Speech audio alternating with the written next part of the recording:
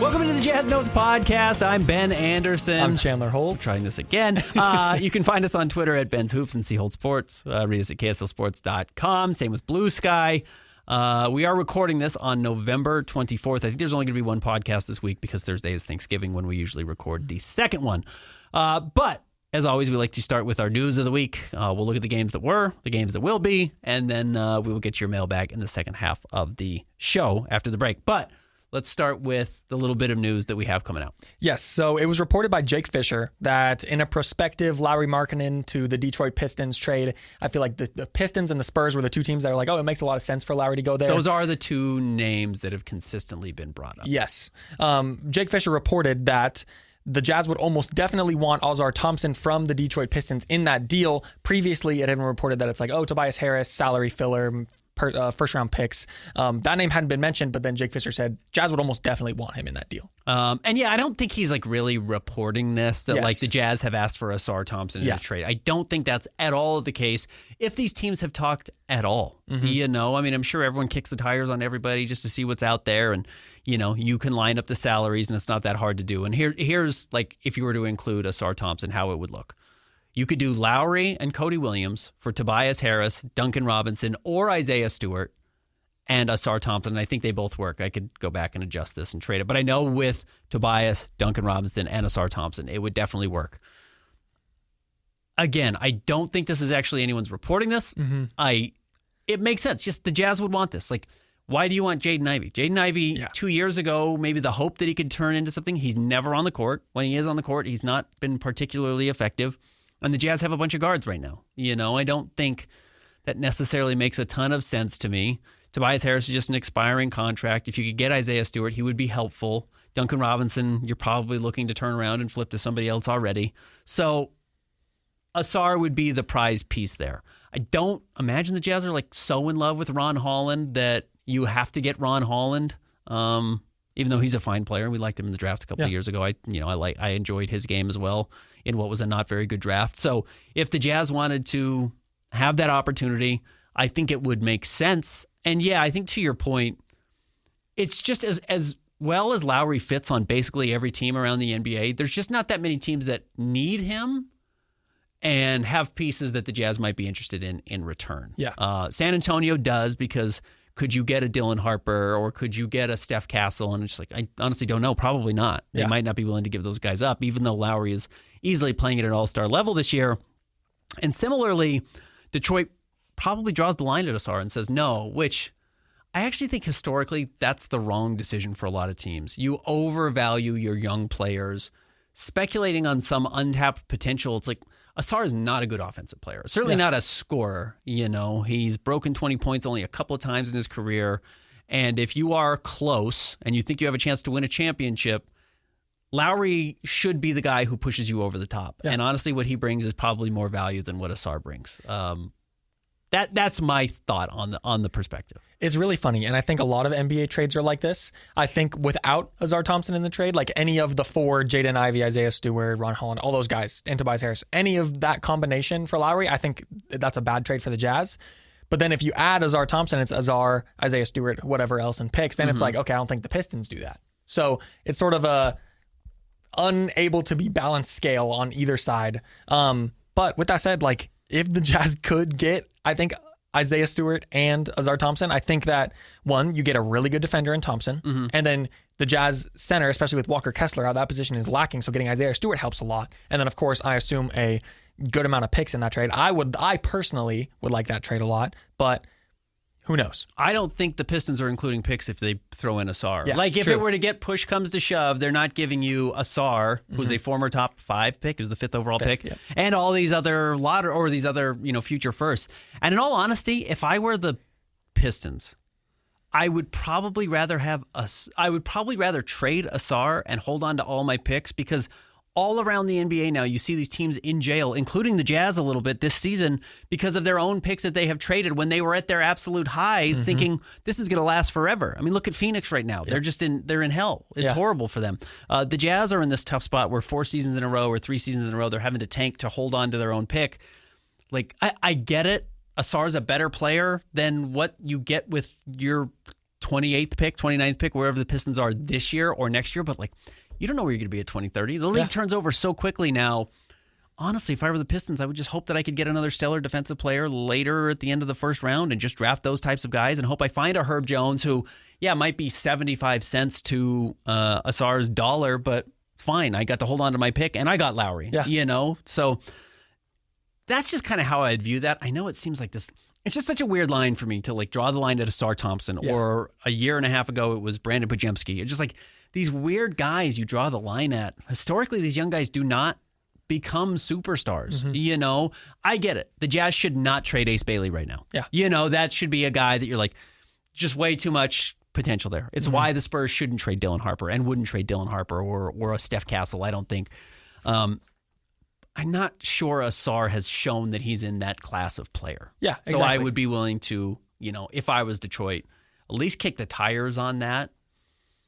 I don't know. I think this is all speculation at this point, though. I agree. I think it's speculation. With that said, I also think, I think him going to Detroit is much more likely than him going to San Antonio, for example. And those are the two names. And not to say that another team can't come out of the woodwork. Sure, absolutely. And they fully could. Yeah. But, I just thought it was very interesting and something to talk about that and makes a lot of sense. Like, Lauri Markkanen is almost averaging 30 points a game right now. And he is, he's playing like a top 15 player in the NBA. Like, the past 2 years, he's been around 35 to 45 in all the top 100 lists from any publication.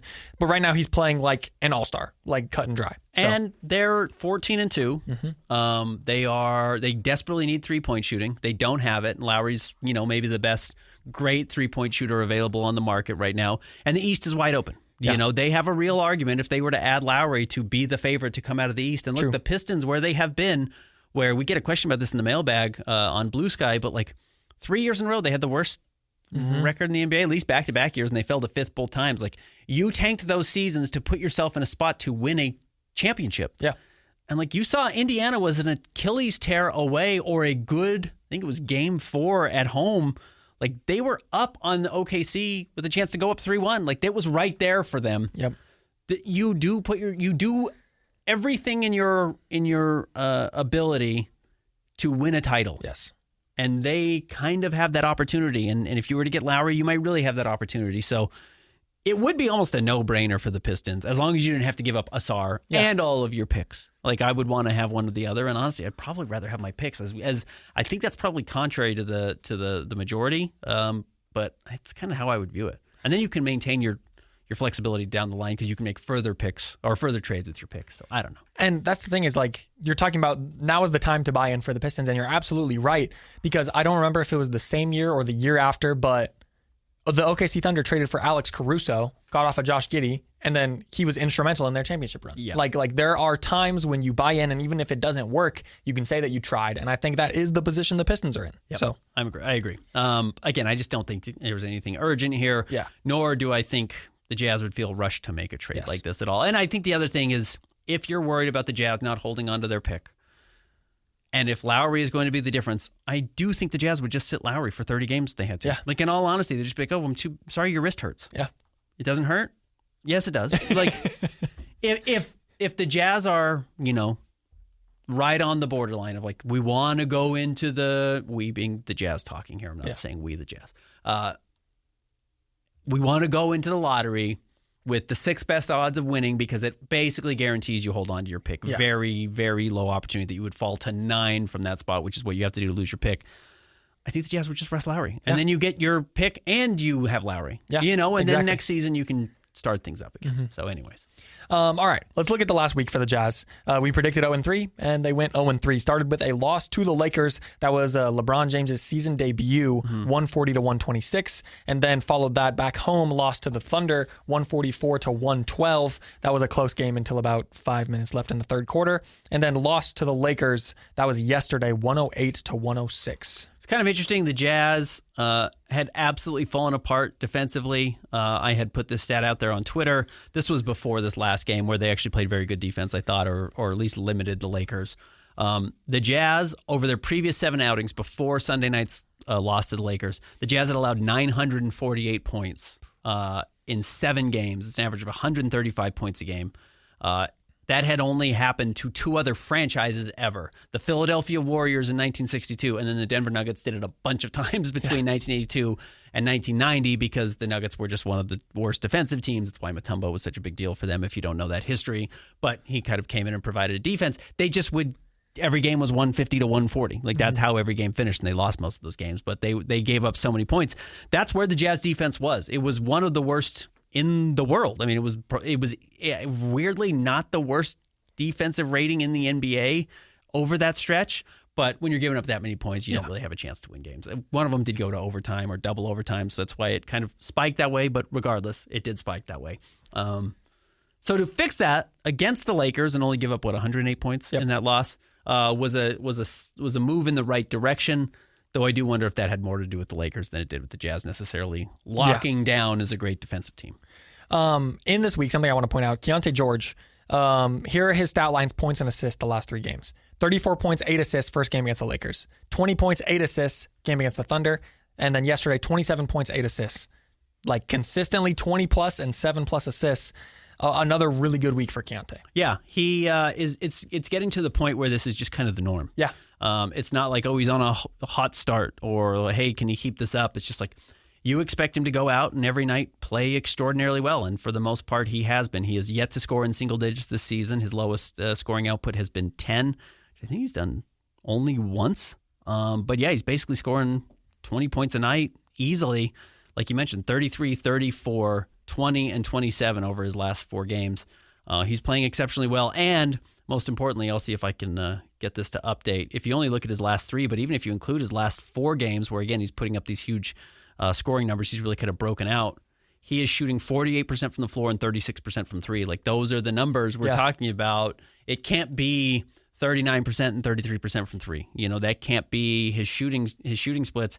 But if he's up suddenly at mid-40s from the floor and mid-30s from 3, and he's scoring 25 points a night, you've got an exceptional player on your hands. Yeah. And he is looking more and more like that type of guy. I can't remember exactly last week. I might be exaggerating here. I want to say his 3-point percentage was at like 27% for the year, and now it's up at 30.6. So, yeah, it's really coming together for Keontae George, which is really cool to see. Yeah, the Jazz need it. The Jazz really need one of these guys to turn into somebody, and I don't think anyone's like make or break opportunity is passing them by, but like I don't think Bryce has had a great year. I think Bryce had a really poor year. Actually, I think Bryce, if you were to say like who's had the most disappointing season so far for the Jazz, I think Bryce is right up front outside of Walker Kessler getting hurt. Bryce has not quite made the jump that it looked like he was ready to coming out of Summer League. And look, it's a long season.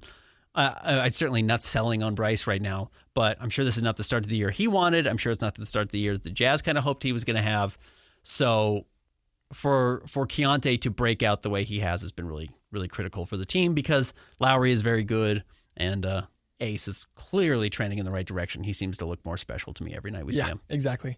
One more thing. I should have looked at season-long stats for this. I don't know if it's a trend for the Jazz, but at least it was in the last week. In the first loss to the Lakers, they lost the third quarter 37-22, and then in the Thunder game 43-20. I don't know if it's something with lineups or like if the guys are losing their legs coming out of halftime or what it is, but the third quarters you could point out, be like, oh, that's the reason they lost that game for 2 of the games this week. The Thunder are just the best third quarter team in the league. They do what the Warriors did in 2015 and 2016, et cetera, and they just went to halftime. They just kind of sleptwalked to the first half, and they came out and they crushed you, and then the game was over, and your will was broken. You didn't have to do anything, which I think you talked about last week. Shea leads the NBA at whatever in scoring, and then would be the second leading scorer just through 3 quarters. Yes. Right? Like, it's just an absolutely absurd number. So that's how good they have been through 3 quarters. No surprise. The Jazz should lose that game. The Jazz are nowhere close to the Oklahoma City Thunder, who are a machine and the best team in the league right now. And, the Lakers were obviously going to be hyped at home with LeBron. And the Jazz aren't going to win a lot of games on the road. Jazz should be a very smelly road team. And they have been so far.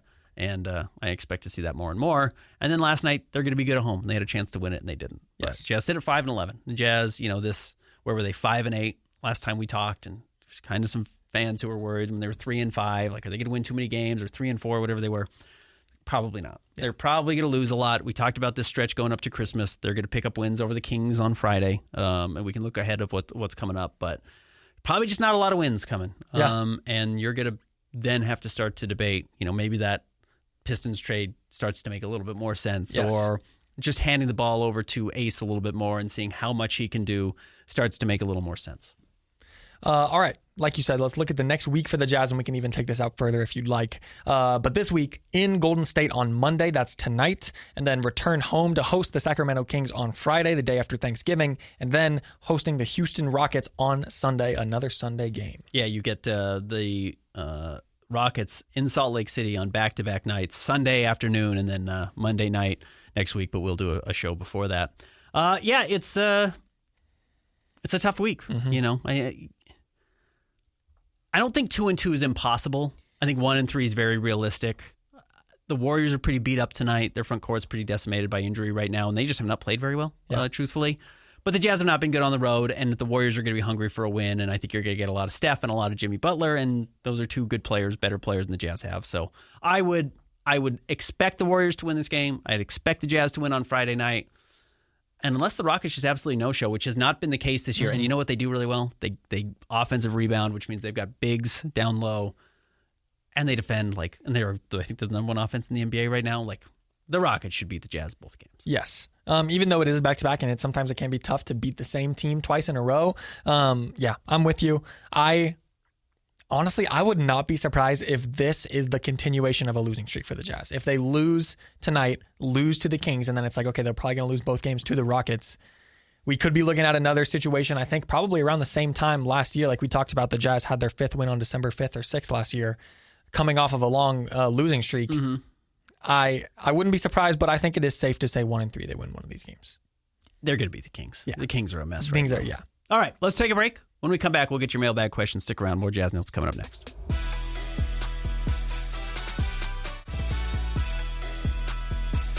Welcome back to the Jazz Notes podcast. Ben Anderson, Chandler Holt. All right, we always like to wrap up the show with our mailbag. You can find me on Twitter at Ben's Hoops, Chandler at Holt Sports. You can also reply to me on Blue Sky or just DM me throughout the week. We'll start with my DMs on Twitter. We'll jump over to Blue Sky and we'll come back to the replies. Dan, USU the Right Blue, says...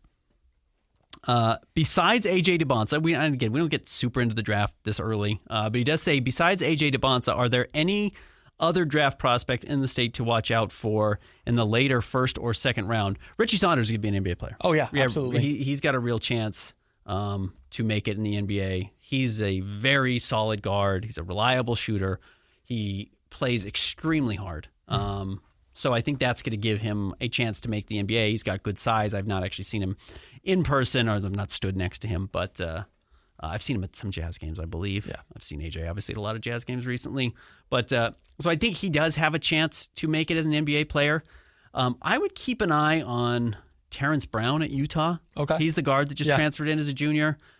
Because he's averaging 25 points a game, and he gets downhill, and he's not shooting particularly well, but big guards, I think he's 6'5", who can get downhill and score, have a chance to make it. Like Caleb Love, who played for North Carolina and then Arizona and shot 36% from the floor his entire college career, but could do one thing, which is get downhill, and he hit a couple of big baskets, is in the NBA. He plays for the Portland Trailblazers. He's on a 2-way contract, but I could see Terrence Brown, with his size, his ability to get to the paint, he just kind of, I've watched a couple of Utah games, and he just looks like an NBA player to me. Yeah, I could be wrong, and he's a little bit older. Again, he's a junior, but I won't be surprised if he ends up getting an opportunity to make it.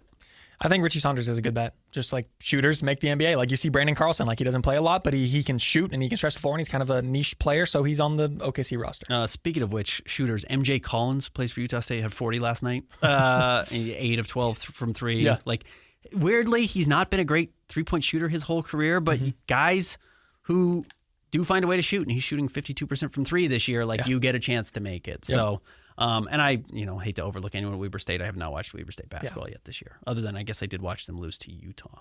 So, yeah, I've seen a little bit of them. Yeah, there's always a chance. But, Rob Wright at BYU, I don't really like him as an NBA prospect. He's little. He kind of reminds me of a ball hog. He reminds me of Colin Sexton a little bit. Mostly just the way he moves. Yeah, for sure. No, I can definitely see what you're saying there. He just doesn't shoot well. Yes. Again, Colin's a 40% three-point shooter. It's really, you can't overlook that. Rob Wright just dribbles a lot. Yeah. Man, he's just give AJ the ball. Give Richie Saunders and AJ and Keba Keita when he's healthy the ball. Keba Keita's interesting too. He's just really big and athletic. How tall is he? Not big. Okay. Yeah, that's his problem. Yeah. And he's not like Oscar Tshiebwe as a rebounder, which would be his his best Yeah, opportunity. he's 6'9". Yeah. So yeah, and that's probably pretty generous. Yeah. He might be 6'7". Okay. At best. So we'll see. But yeah, those are the guys I would keep an eye on. I think that's it for my DMs on Twitter. Let me check just to make sure that there's nobody else who would. I did get one from Cash Merrill. Said, I had another question for the show. Locke had a show yesterday about Will Hardy's offensive coaching genius, which may be true. I wonder if there's any concern that he may be awesome at offense but can't teach defense. I'm not sure if it's true in the NBA, but the Utes have been so defensive-minded that it's really hard to get an equally awesome offense over the years. He's talking about college football. Mm-hmm. Does that translate to the NBA coaches? Do the Jazz need to find their Jason Beck to cover Will's opposite? I have no idea if that's true or not, but just curious. Of course, it's bizarre that the Jazz have had the worst defense in back-to-back years. And again, last year was on purpose. Yeah. But we're so bad until last night with Nurk at the 5 because, the Phoenix Suns didn't have the worst defense in the NBA last year, and Nurk started at center for them, and the Hornets didn't, and Nurk started at times for them, and Nurk had started in the past, and teams aren't always the worst defensive players. It's like, do the Jazz just have only bad defensive players on the team? It's like, I don't think that's necessarily true. Look at the Orlando Magic. They've drafted a bunch of young guys, and we're young, and Jamal Mosley turned them into a really good defensive team. So I think some of that is mindset. I think some of that is approach. Definitely some of it is personnel. So yeah, you have to wonder, is what Will Hardy asking the guys to do and his kind of ideas of what means good defense, which for Will is protecting the rim basically at all costs, is that going to win you games? Is that going to allow you to build a successful defense? And if it is, do you just need to have the right players and the Jazz don't have them? I don't know, because I don't actually think the Jazz should be as bad defensively as they are. Okay, I think that's fair. I also think, for me, the way I look at it is similar to how you can think, okay, will Will Hardy be a good coach in the playoffs? We don't know yet. We haven't seen it. Mm-hmm. To me, it's like we haven't seen the Jazz with a good defensive roster talent-wise yet. So it's like, will he be a good defensive coach scheme-wise when he has those pieces to play with? But with that said, it is weird. You have Walker Kessler. You have some of these guys who should be at least around average, and then you have teams near the bottom of the league who you would think could be a worse team than the Jazz, and they're not defensively, of course. So I don't know. I personally would think it's roster-wise and not necessarily coaching-wise. I think it's more roster. Yes. I think it's how young the Jazz have been. I do think they have some ability. I think Ace is going to be a pretty good defensive player. I do think having Lauri out there as much as you do is a real negative for your defense. He's just not a good defensive player. Mm-hmm. And he's not chopped liver. He's not completely awful, but he's not good. And that's hard when you're 7 feet tall. It's hard when you're that big and play a key position in the front court and aren't a great defensive player, which, if we wanted to go back to the first segment of why would the Jazz trade Lauri, if you feel like you can't ever exceed a certain threshold defensively because Lauri plays, that could be, it's like having Trae Young, but he's 7 feet tall. That's a problem. Yeah. If Trae Young's going to always limit you defensively, you should probably get rid of Trae Young. If the Jazz viewed Lauri that way, I could justify a trade. Yeah. But no, I think there's a real question about whether or not his scheme defensively is effective. True. I think that's absolutely fair. And then, yes, if Jamal Mosley gets fired by Orlando this year, can you hire him as an assistant to come in and fix everything? Jeff Van Gundy did go to the Clippers last year and really fix their defense. Yes, I think you can do that. Yeah. And then a lot of it does have to do with personnel on the court itself. All right, Blue Sky. Let me jump over here really quickly. Again, you can always find us at Ben's Hoop. Jake the Link says, I've heard rumors that the Jazz want to try and start competing next year. If the draft goes well, how realistic is that for them? It's been hard to get a real sense of how good bad the team is over the past few years. Could they really make the playoffs as soon as next year, and how does that happen? He continues, like the Pistons apparently went from really bad to really good really fast. Is that something the Jazz roster is close enough to realistically do? I don't. Well, first of all, let's lay out this in a couple of questions. Mm-hmm. The draft going well for the Jazz just means they hold on to their pick. Yes. I think it's that simple this year. It's like, I know everyone wants the top 3, and that would be ideal. You get one of those guys. I think if you hold on to your top 6 or 7 pick, it's the last year you're doing that. Because it's not like 2 seasons from now you can be like, okay, now's the time to go for the top 3 pick. It's like, what have we been doing for the last 4 years? Yeah. So I do think this is the last year of this. Mm-hmm. And then all the protections come off the pick, and you don't have to worry about it anymore. It's conveyed. There's no 2 second-round picks or anything. It's just paid off. The debt's gone. So that's how the draft goes well, is you just hold on to your pick this year. What you do in the offseason is you just go out and you add veterans, which Houston did with Fred VanVleet and Dylan Brooks, and made the jump to almost a playoff team their first year with them and then a playoff team their second year. And the Pistons made a jump to a playoff team with Tobias Harris and Paul Reed and Tim Hardaway Jr. I can't even remember. Yeah. Everybody had Malik Beasley, all these guys they added last year and were the 6th seed. And then they jumped up to the number 1 seed this year. So yeah, it's like pretty realistic that the Jazz could make a major jump. I think, one team that's worth looking at that's kind of made this jump, it's because it's this funny thing that's happening in the NBA is like if you just have guys at the right positions, you should probably be pretty competitive. Like the Phoenix Suns are going to make the playoffs, I think, in the West right now just by going out and getting Mark Williams. Yeah. He's like a fine player, but he's not a superstar. And Colin Gillespie and Dylan Brooks, like all these kind of like average guys. And Dylan Brooks is above average, but like just getting guys in the right spots, you can be competitive.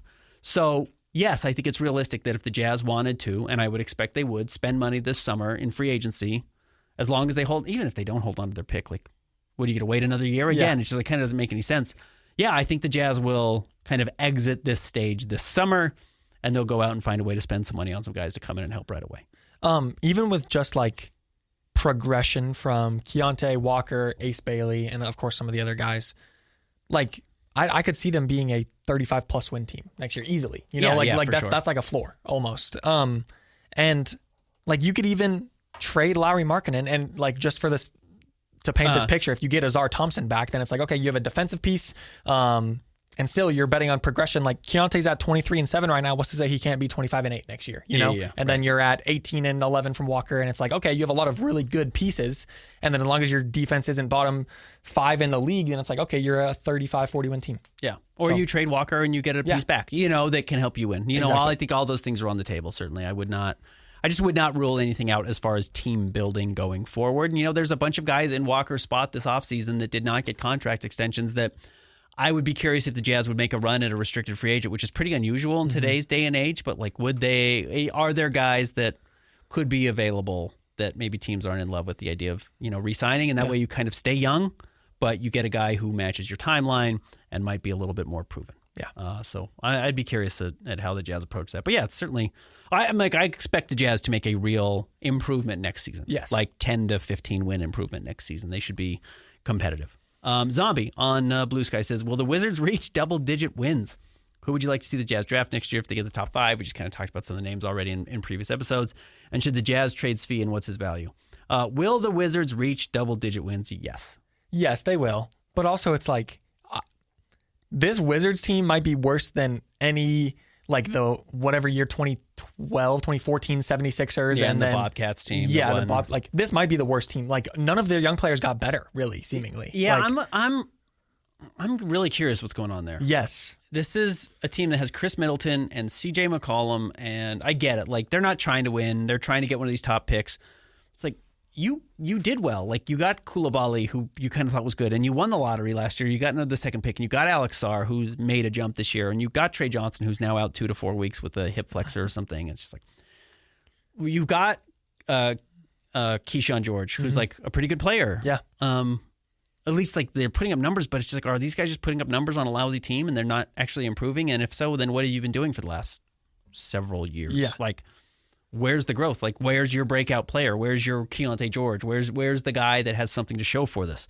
And that is the trap of this. Like, this controlled plane crash can just turn into a real plane crash if you're not careful. And then there's no survivors. And that might be what happens here with Washington, which is just like they've already fired their last general manager to bring in this new guy. The coach can get fired. It's like all these things can go wrong really quickly. So they will get to double-digit wins, but yeah, they're probably easily headed towards the worst record in the NBA. Yeah. And we'll see. Jazz got the 5th pick out of it last year. Yeah. Like, if you do that and you get Koa Pete and the rest of your roster is not good, is that good enough? Maybe it is. Yeah. It might be. Even though we're questioning them, at the end of the day, they're NBA players, and I don't think a team of NBA players is going to lose or only win 9 games in an 82-game season, but I don't think so. But, man, it's not great. Yeah. The one justification for the Jazz having the worst record in the NBA last year was like, I think Ace might be a lot better than Trey Johnson. Yeah. Like, Trey Johnson started, he's had a couple of moments, he's had some games, he moved into the starting lineup, he got benched again, has been moved back to the second unit. Let me just pull him up really quickly, because this draft class has been fascinatingly good. It kind of doesn't, it's pretty unusual how good it's been. Like, low-key, in New Orleans, both of their draft picks have been really good. Jeremiah Fears and Derek Queen have both been awesome. Now they gave up way too much to get Derek Queen, I think, but man, he's been awesome. Derek Queen is averaging 12.6 rebounds and 3 assists. Remember, like could barely play at the beginning of the season, so he's coming back like gangbusters and putting up these huge numbers. Ace Bailey, it's funny because you look at his numbers, he's averaging 9 points. He's averaging the fewest of anyone in the top 7. That really changes if you just look since he moved into the starting lineup because he had such a slow start to the year. Trey Johnson's averaging 11 points, 3 rebounds. He's shooting 39% from 3 and 44% from the floor. It's like, it's kind of nice, but you've watched his games recently. It's just like, it's kind of hard to have out there. Yeah. It's tough. And he's little and he's a shooter. It's just like, those guys can make it, but Ace just looks so promising. Yes. If you've seen him on the floor and what he's done defensively and his rebounding, just all the things that really seem to matter to impact winning lately. I don't know. We'll see. And Con Knippel's just like the best player in the NBA apparently, which is great. Con Knippel's racing towards the Rookie of the Year, which I loved Con Knippel in the draft, but I did not see him averaging 19 and 6 his first season in the NBA. This has been crazy, absurdly impressive from Con, but we knew he could shoot, and he can certainly shoot. Yeah. All right, I think that's all our mailbag questions. Oh yeah, and if you can trade Svi, you should. Yeah. Like Denver should go trade for Svi Mikhailiuk right now. Yes. They're missing Christian Brown. They're missing Aaron Gordon. Like you need another shooter. Not all their moves in the offseason have panned out as well. Michael Porter Jr. is playing out of his mind right now in Brooklyn. He's just out of his mind, period, but he's also playing out of his mind. But like that's a team that could use Svi in an emergency. Yeah. So.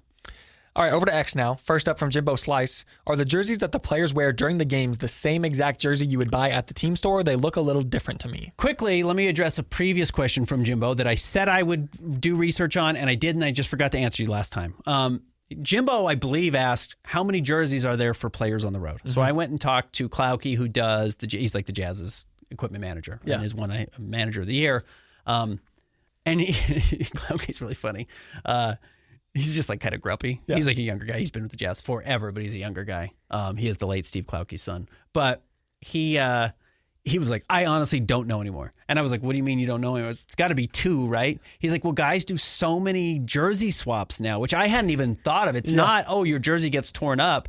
It's guys are swapping their jerseys after every game with friends around the league and AAU dudes. And also the NBA now wants so many jerseys back for certain events. It's like, there's the first game jersey that they put the patch on now, and then they I don't know if they auction it or the league holds onto it in case they turn into superstars or what all is happening. It's like there are so many jerseys that the league wants that it just sounds like you have to have a ton of jerseys to the point where he didn't know how many they had for each play. It's not just a set of like, well, you take 2 and that's it. Yeah, like it's just a ton because some guys swap 3 jerseys a night. It's not just the nights it's not just the jersey they actually wore. Yeah.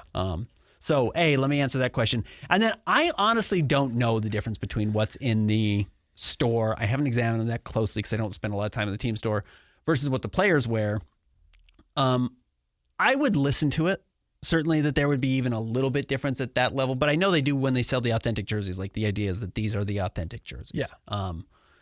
They're also just, the players, the jerseys where these guys are huge. So massive, they're just massive people. So the jerseys look different in person on those players because they are different shape than our friend Jimbo. Yeah. He's just Ace Bailey's 6'10", whatever he is. He's just he's a huge person. So they do look a little bit different to me as well. But if they say they're authentic, I would assume that they mean it. Next, from Jake the Lynx, going with the holiday, he says, what is the biggest cool thing about this current team / Jazz season that you think Jazz fans should be thankful for and appreciate? Ace Bailey. Yeah, absolutely. I think that's the biggest one. You hit on a guy. Yeah. And I'm not, again, you look at Ace's season stats and people might be like, that's not been good. It's like, no, Ace has been borderline exceptional. Mm-hmm. He has been so much better in the places I didn't know he could be to start his career that, again, the funny thing is like I went back and watched some Rutgers stuff just because I was like, let me make sure I wasn't totally off on everything I said about him. I reread my article about, what he would mean for the Jazz. And the stuff that made him pop at Rutgers, he's not doing yet. Yeah.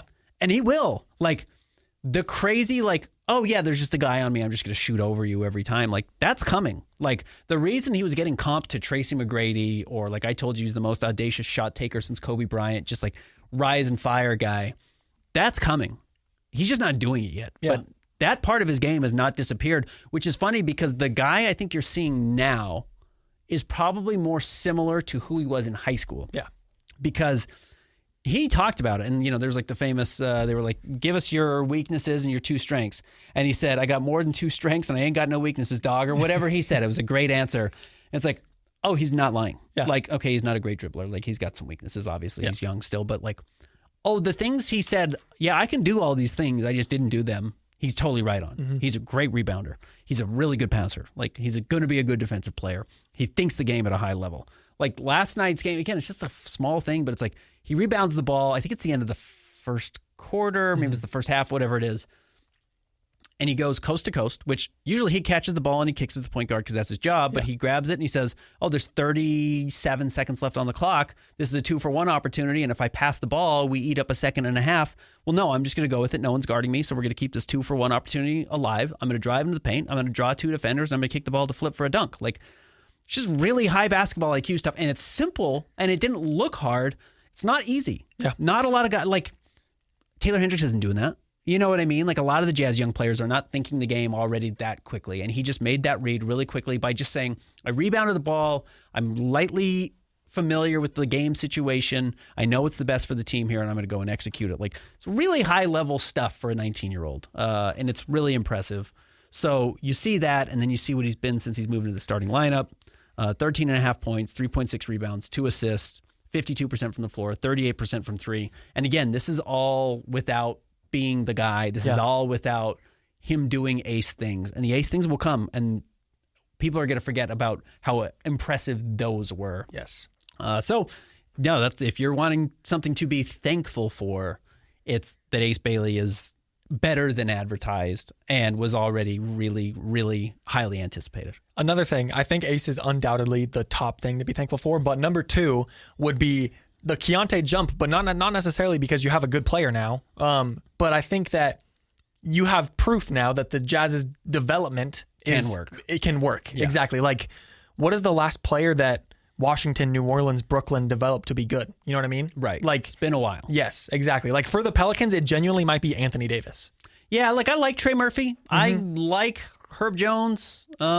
They're not winning games. Like they're winning games at a worse rate than the Jazz, despite the fact that they should be way ahead of them. Yes, exactly. So it's very concerning. But yeah, you have proof that the Jazz can do that now. And like, don't get me wrong, it has to be within the player, right? Like a development team can't turn Cody Williams into LeBron James, but you can help a lot. And clearly Keontae has gotten the help he needs to be again, the Jazz are bad. He probably won't get there, but his stats are borderline all-star.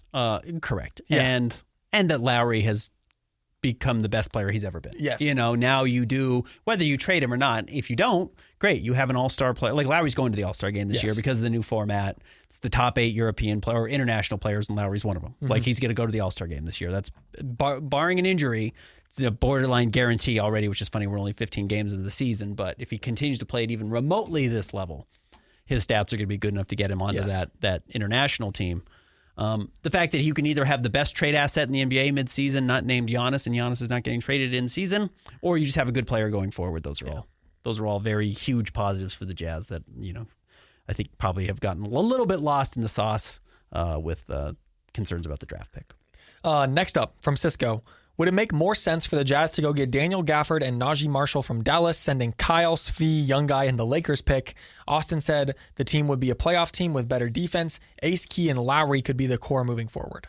I wouldn't bail out the team right now by going and getting a Band-Aid center. Yeah. I would do it this offseason. Yeah. Something like that. I would look at improving. And again, we've answered questions of how did the Jazz get better this offseason. Like, yeah, Daniel Gafford's the type of player who comes in and he's just like, yeah, he's the best backup center in the NBA, or he starts and, you figure out what to do with him.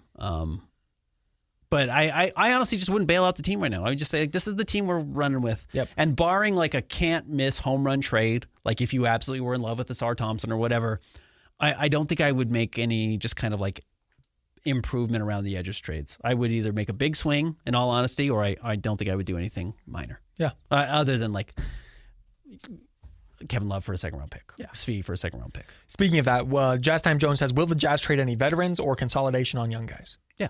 Yeah. I think so. I don't know. Anything can happen, and it's a bad decision to bet on a player being traded or a deal to be done, but I would think that Svi is not on this team at the end of the year, but I could be wrong. If he has value. Yes. He may not have value. True. Other teams may just still say, yeah, we don't want him, Yeah, that's true. The thing that just for me, I'm like, the Nuggets, the Lakers could use him, as like a 8-minute guy off the bench. Why not? Add some shooting. And I think Kevin Love's been has shown that he still has something left in the tank. Yeah. He's not been elite by any means. And you look at his percentages, he's 39% from the floor and 33% from three. Well, he basically only shoots threes.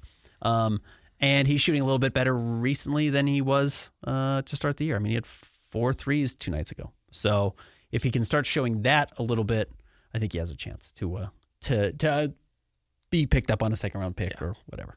Next up, positive Jazz guy. How much money has Keontae made himself with his play this year? Like, would they have extended him at 10 to 15 million a year ago, and now he's going to make 20 to 25 million, assuming he continues to play the way he has? Yeah, I think that's accurate. Yeah. I think had he not gotten a lot better, Jazz would have just slapped him with a restricted free agency. They would sort of picked up his qualifying offer, or not his qualifying offer, picked up his 4th-year option and made him a restricted free agent next summer, not 2026, but 2027. And if he wasn't playing better, I just don't know what types of offers he gets. Now, if they follow the same pathway they did with Walker, which is not pay him and let him hit the restricted free agency still 2 summers from now, if he continues to play this way, he's going to get easily over $100 million, over 4 years. So, you are talking about $25 million if he continues to play at this level and improves. True. And he could get even higher than that. I mean, he could easily make, I don't want to say the max, but maybe if he keeps playing at this level and, let's say the Jazz out of nowhere do get a lot better next year and he's putting up these numbers, you're not crazy to say he's in an all-star conversation. And then you're talking about a 22-year-old all-star. It's like those guys get paid max contracts. Yeah. So, again, it's not, if you've been a diehard listener to this show, I was maybe premature last year, but I said there's a world where Keontae averages 20 points a game last year. Like this was the world, right? This is the jump. I was just a year too early on it, but this is not so unforeseen. It was always in there. So it's cool that it has come out for him. But it's going to cost the Jazz more money. But these are the guys. That's what you hope for. Yeah, you draft these guys hoping to find a guy that you can pay a near max contract to or $100 million to be your starting point guard of the future, and he's laying claim to that, which is a good sign. Next up from Stephen Q. Ritter, what's the most realistic path to getting a second first-round pick in the 26th draft? Oof. I hope they don't want one. Yeah. I'm just like, how many more do you need? Yeah. Oh, it's trading Bryce. It's trading Isaiah Collier for a late first-round pick, and I don't think anyone's giving you a first-round pick for either of those guys right now, is the truth. So that would be the pathway. Or trading Lauri and getting, the 30th pick in the draft this year from the Detroit Pistons, or 29th pick in the draft. Like that's the pathway. Yeah. Next up from G Scones, is the reason Keontae keeps getting regular clutch looks in close games because, and he has some multiple choice answers for you, Key has stepped up to that role and is coach preferred. The Jazz presume Lauri will draw double/triple team. Jazz are just not able to draw up anything to rub Lauri off of screens or other. It's a little bit of what you're saying at the end, which is not that the Jazz are unable to. There was some nonsense earlier this week. I thought about like Lauri being the hub of the offense. It's like he can't dribble. Yeah, guys, it's hard to run an offense through a guy who can't create his own shot. It's really hard to do that. Now you can run him off a million screens. You can give him the ball. He has been better in isolation this year than he has in the past. Like, don't get me wrong. But the reason why late in games Keontae's taking these shots is because he can dribble to a spot on the floor and get a shot off. It's a skill that Lauri doesn't do very well. Lauri's a great player. But if you can't take the ball late and get to your spot, you don't like... Will Hardy's not dumb. Yeah. He's very intelligent. He knows exactly what he has in all of these guys, right? He's seen them. His job depends on what these guys can do fully. His ability to make millions of dollars and be famous depends on these guys. So, like, the idea that he doesn't know something is ridiculous. Late in games, they want to get the ball to Lauri. It's hard to get the ball to a guy who's best in catch and shoot situations or coming off screens because teams just blow it up. They just switch everything. They throw everything at you. It's why the late offenses for everybody in the NBA over and over and over is who's your best isolation creator. And I think in a couple of years, it's going to be Ace Bailey. Yeah. Right now, it is Keontae. He's the best mixture of shot creator and shot maker that the Jazz have right now. Lauri's a better shot maker than Keontae is. He's not a great shot creator, especially in these late game situations. So until Lauri can add that, or if he never adds it, it's hard to give him that ball. It's much easier to give it to Keontae, where he can grab it at half court and take one dribble and get to the 3-point line. And if Lauri either can't get open or needs somebody to get him open, it really hurts you. It really hurts your value. It's just the truth of it. It's just why Lauri is what he is and why he isn't what he isn't. If he was something different, he would be Kevin Durant. Yes. If he could dribble, he would be KD. Yeah. He can't. So he's not. Like, it's just so simple sometimes. I'm not trying to be aggressive or annoying about it, but it's just like, why is he not the centerpiece of what they do? Well, the offense revolves around him. My day revolves around getting to work in my car. My car's not the brains of the operation. Like, you know what I mean? Yeah. Like, so you got to have a guy who can do all of it. Yes. Ideally, yes, it would be Lauri. He's 7 feet tall and he shoots 40% from three.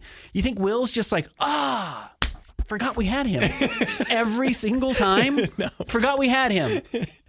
No. Yeah. It's just what actually works in these situations. And it's what Keontae does. And he hit the game winner against Chicago, which somewhat ironically, he did get the ball from Isaiah Collier. Like, he didn't create that shot, but it was designed to get him the ball. Yeah. And it's like, Lauri, you're right. He has gotten better with the ball in his hands this year. But like, have you ever seen him do a sidestep three? Or you know what I mean? Like a one dribble pull up, or like, you know what I mean? Like, his scoring is very, like, I can't find a better word than fundamental, but that's kind of it. You know, it's like within the lines of the game. Like, you need a guy who can go outside of the lines, you know, break down your defender a little bit for these last second shots. And it's just, he doesn't have that. Yep. And I think Ace is going to be the guy going forward at some point. Again, it's not a knock on Lauri. Lauri's excellent. He's averaging. He's a star player. He's 50, 40, 90, 30 points a game, how he does it. But it's just like how he does it doesn't really work when there's 5 seconds left. It's the end of games. They went to Steph and not Clay. Yes. You know what I mean? Yeah. Like, and then Clay's hit big shots too. I'm not pretending it's not possible. And Lauri's possible. And honestly, the best opportunity might be get Keontae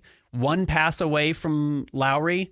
Or maybe flip that, Lauri one pass away from Keontae. So Keontae draws the defender, can kick it to Lauri. Yeah. But it's not the other way around. Yeah. For a reason. Anyways. Next up, another one from Stephen Curator.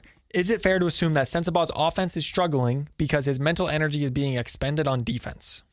It's not an excuse. Like, you got to play both ends of the floor. It's not football. You don't get to come off the field. I do think Bryce is the most player who is most impacted by his confidence. Yes. Right now on the floor. Absolutely. Of anybody on the Jazz. And it's because Bryce is like a super kid. He's like a super nice person. I think he's really delightful. He's one of my favorite people to talk to in the locker room.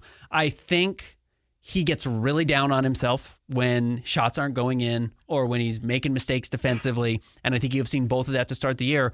I mean, I had said this several times and it just has proven to be wrong. And I'm not afraid to own it, but like, I thought Bryce's 3-point shooting was going to be the single greatest, like, individual skill the Jazz had on their roster this year. And it doesn't mean it's what you build your team around. I'm just saying, like, as far as elite skills, Bryce's ability to shoot threes is crazy. Remember, he was over 45% from three after the All-Star break last year on like 6 or 7 attempts, whatever it was. Crazy numbers. Mm-hmm. He's at 33% right now. Like, he is not shooting well at all. And then I think he gets really down on himself. And like, he's the easiest guy on the team to read their body language. Yeah. Like, he like throws his head down when he misses shots now. Or like, if one goes in, he's like, finally. It's like, it was borderline devastating that he had actually stepped out of bounds yesterday on that three and they took it away from him. Like 4 possessions later, it was like, he finally saw one go in and they said, no, that still doesn't count. So I'm sure right now Bryce feels like he just simply can't catch a break. Yeah. And I think that's probably impacting him more than anything. Yeah, I agree with you. I don't think it has anything to do with his defense and how much energy is spent there. I think it is all confidence because, like, I think that's how it is for most shooters. When you're a pure shooter, like, your game is the shots that you make. You know what I mean? Like, that is maybe not necessarily for Bryce, but like for a Kyle Korver or someone along those lines, like, your value is dependent on how many of the 10 threes you take, you hit. So, but Bryce last year shot 46% from the floor, 42% from three. This year he's at 40% from the floor and 33% from three. Like, he's having a bad year. It's just not been the ideal start for him. And he's got to figure that out. And, you know, if you're tired because you're playing too much defense, get in better shape. Like, that's what Keontae's figured out. Yep. I tweeted it out last night. I would really recommend go look at it. It's actually it's on the KSL Sports account. It's on both Instagram and Twitter. It's in response to the game story. If you missed it, go back and watch Keontae's. It's like a 4-minute clip of Keontae talking about his rookie season. LeBron James singled him out late in the game and just went after him over and over and over. And he went to Will and was like, what do I do? Like, what am I supposed to be doing here? And Will was like, you got to play defense. Like, we can't scheme around you not being a good defensive player your whole life. So you got to be good. And then he goes and he forces LeBron into a 3 last night. Like, that's growth. That's what you have to do. You have to fix your weaknesses if you want to stick around in the NBA. So, anyways, I'd recommend going and listen to that. It's all over the KSL Sports social media. It's easy to find. Last question, I believe, from Tim Hazard. I saw that Walker's brother Houston is a certified NBA agent and that Walker is his only NBA client. Do you have any insight on the role that he has played regarding contract negotiations and also development work where it's been reported the Jazz and Walker aren't aligned? I just don't think the Jazz were going to give him a contract regardless of who his agent was, unless he wanted to take a massive discount.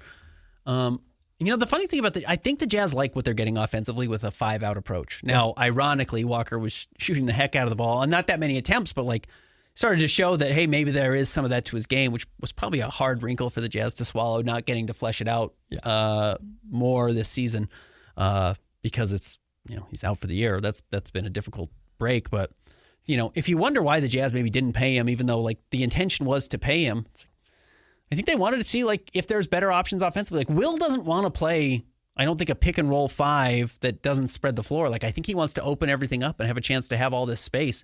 I think it's easier as a coach to do that. I think it's harder to guard. I think that would be the preferred method for the Jazz. So, I don't think it has anything to do with his brother. Yeah. No, I always think it's a little weird when family members end up being the agents. You just worry about how many family members are involved in everything because you're a professional. You got to cut people off. You can't just take care of everyone around you your whole life. And the Kesslers are fine. They've, dad's a doctor and I think he's a surgeon. He's 6'8". He's a surgeon. It's all this. They've got a good life, good family. I'm sure Walker's happy to take care of his brother if he can, but no, I suspect those are completely unrelated. Yeah. All right, I think that's it. Yeah, I don't think. Let me check Blue Sky really quick to see if we got any more late questions. It does not look like it. All right, I think this is our only podcast this week. If that changes, obviously you'll just see it pop up on YouTube or on your podcast feed. Otherwise, worst case scenario, we'll be back with you again next Monday. Find us on Twitter at Ben's Hoops, see Holt Sports, visit KSLSports.com. We'll talk to you next week.